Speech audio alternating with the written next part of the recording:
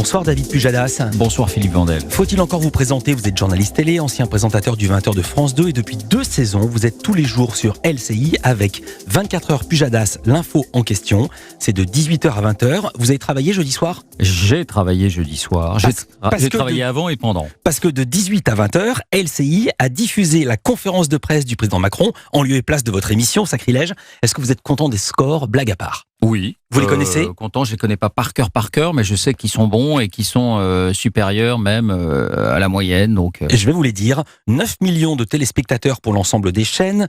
Pour les chaînes d'info, BFM TV est devant à 5,5% de part d'audience.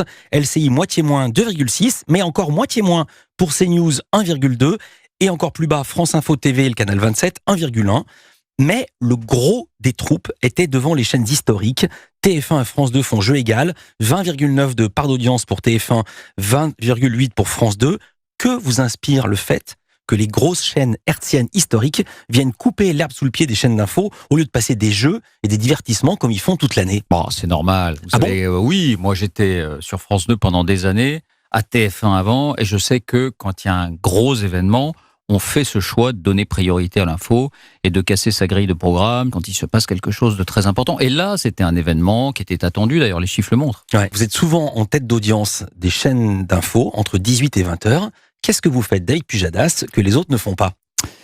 Peut-être de la pédagogie, c'est-à-dire on prend un grand écran et on va vous expliquer, mais de façon détaillée. On va pas y passer 30 secondes ou 1 minute, on va y passer parfois 5 minutes, 6 minutes à vous expliquer le régime des retraites, qu'est-ce qui va changer, qu'est-ce qui change par rapport à nos partenaires, la situation en Algérie, qu'est-ce qui se passe, qui est qui, dans quel clan, etc., etc. Bref, on va leur donner toutes les clés pour ensuite qu'ils apprécient la discussion en connaissance de cause. Vous êtes très proche de la direction de LCI. Les audiences remontent. Autrefois, la chaîne était loin derrière BFM TV. Plus 40% en un an. C'est beaucoup, mais la chaîne était tombée très bas. Est-ce que c'est la remontada? Ah, c'est la remontada. Moi, vous savez, LCI, je suis pas un membre de l'équipe. Je produis une émission pour LCI, mais c'est vrai que je suis très proche de Thierry Tullier et Fabien Amias. Il faut se rendre compte que cette chaîne a failli mourir. Finalement, elle a réussi à intégrer la TNT, mais elle était à 0,2%. Elle était devenue complètement marginale. Et puis, c'est vrai qu'en 2-3 ans, il y a eu une remontada. Vous avez raison de dire ça, parce qu'LCI devient la deuxième chaîne. Non, la remontada, je veux dire le sens de ce mot, ça veut dire quand on remonte alors que tout le monde disait que c'était foutu. Voilà. Bah, c'est un peu ça. Son ADN, c'est pas l'info brute, haletante, toutes les demi-heures quand il n'y en a pas et qu'on fait semblant qu'il y en ait, c'est le débat, le décryptage. Non mais je dis pas ça honnêtement. Tout qui vous visez. Je trouve qu'on est souvent injuste avec BFM. BFM est une très bonne chaîne. Donc honnêtement, je le dis sans malice. En même temps, il faut dire que les Gilets jaunes nous ont bien aidés.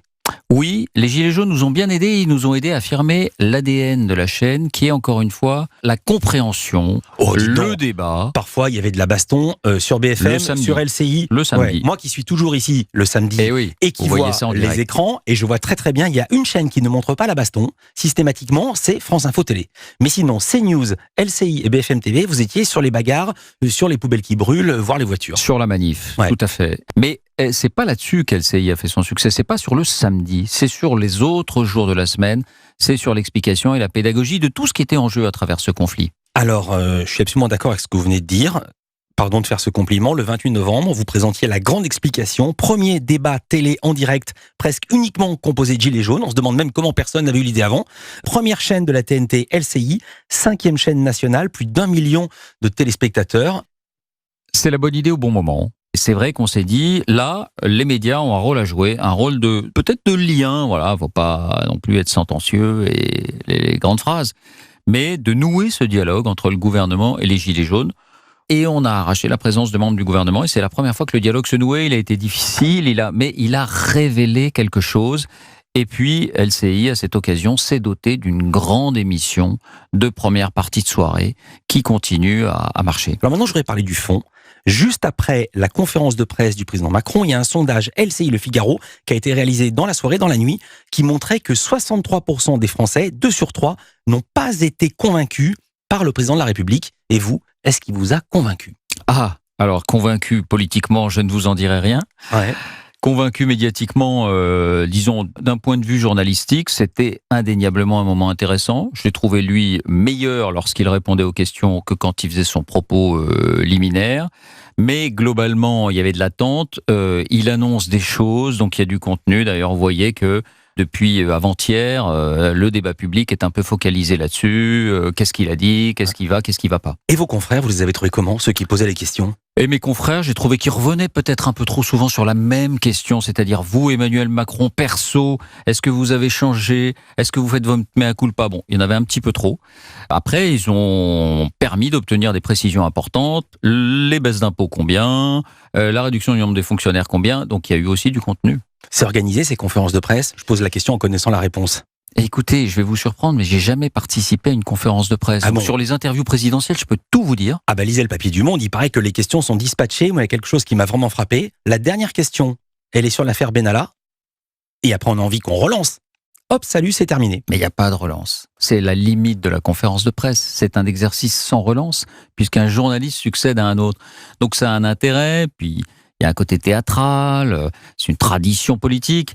Mais sur la relance journalistique, non, ça n'existe pas dans ce genre d'exercice, c'est sa limite. David Pujadas, en février dernier, vous avez annoncé dans Ouest France que vous alliez arrêter l'antenne au maximum dans 5 ans. Je dis votre phrase, dans quelques années, ça se chiffre sur les doigts d'une main. C'était une boutade ou c'est réellement dans vos plans? C'était une semi-boutade. Disons que je sais que bientôt je ferai autre chose que l'antenne. Mais vous arrêtez dans 5 ans ou pas?